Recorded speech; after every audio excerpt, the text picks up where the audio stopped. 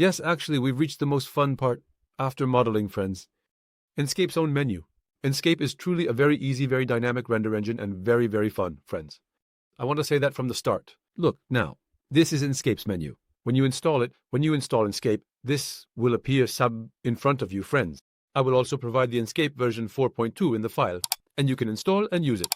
When you click on the starting Enscape section, friends, it's currently active for me.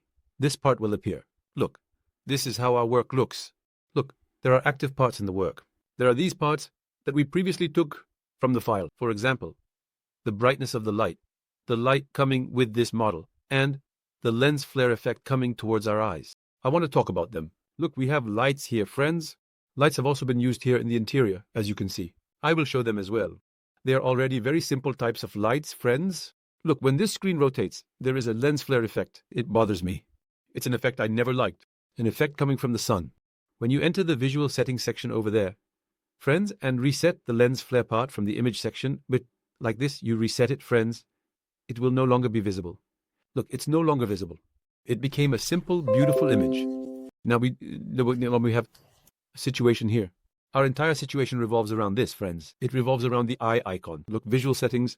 This is our control. It says you can move forward and backward with the Enscape Render WASD keys, and you can move up with E and down with Q. You can make a turn upwards with E and downwards with Q in this way.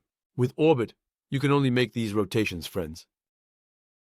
On the left side, there's Teleport. When you press 2x, it teleports to the selected point. Look, I double-click, it comes here. You can double-click on any point you want. It goes there in that way.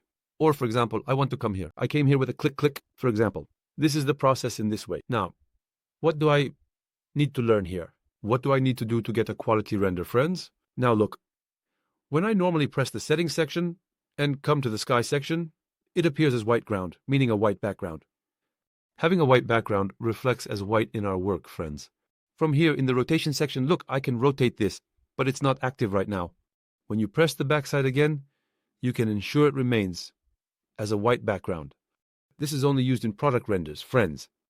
In the output section, I have my resolution settings. When I come to the main settings section, look, there is a high section here.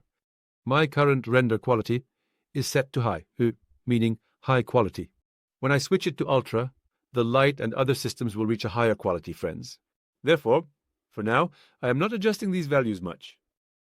I left it on high to ensure quick maneuverability in the scene. But when I finally place the light, when it receives extra light from outside, or when I add items, I will switch it to ultra, friends. So for now, I'm not touching it.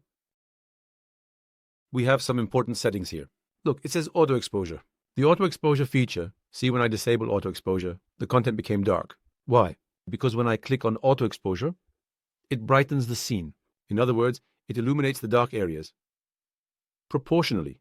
If the amount of light here is excessive, it adjusts the light proportionally as the amount decreases.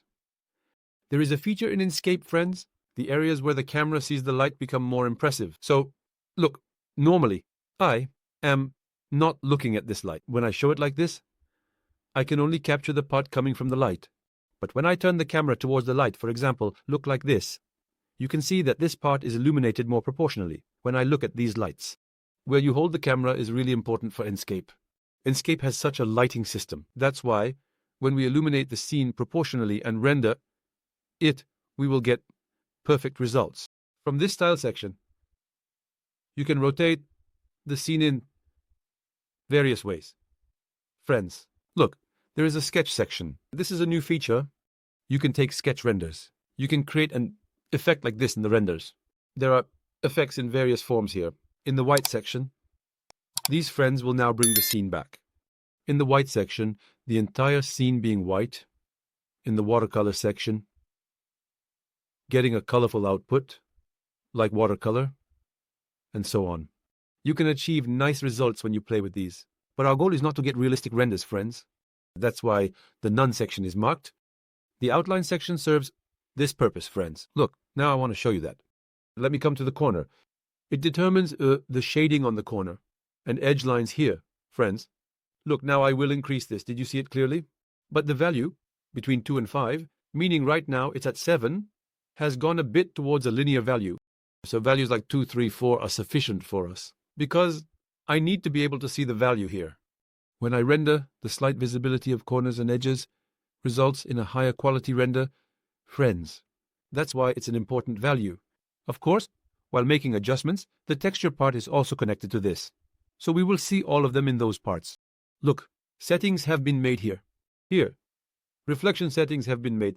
Glass settings have been made. A light operation has been given here, friends. We will see all of these together. Here. When you just click on the settings part, friends. When you click on the visual settings here, just know that all the settings are here.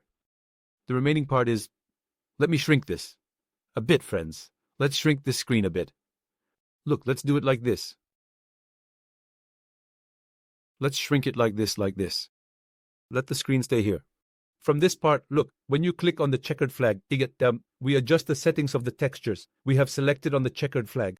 When I come to the texture part, friends, when I select the ground on the checkered flag, the color here will be 005, meaning the ground part will be active. Look, let me check there with my eye icon, friends. I can see this area, like this. I can adjust the reflection here. Let me bring my render. Look, if you want the render screen to remain fixed here, friends, look at the settings part here. Now we have a setting there that I want to show you. You need to check the Enscape window part. So, you're saying keep the window active while working here. Say Enscape from the Preferences section. Look, now, normally, when I look at the scene, here, this scene will no longer scroll down, friends. Let's see it perform a recorded action together. Look like this. Let's close this part as well. It's saving right now, friends. Let the saving finish. I want to press this cross button and close the help assistant part here. Let's close this part. Look, friends, now I've come. Let me move closer here like this. I selected the lower part of the ground section. I want to create a reflection from this reflection parameter. Look, now, as you can see, there's a reflection. Very simple. You say reflection and it reflects. You say metal. Look, I want to make the ground metal. It becomes metal, as you can see, like this. There is a very simple process. There is a very simple event, friends. That's why I will show all of these. How do we get a quality render? How do we create a quality texture? We will see all of it together. We will set it up from scratch. We will see how to turn any light or any color into a lighting system, friends. It's really simple, but gives beautiful results when used effectively, a render engine. That's why I will show you how to use it effectively.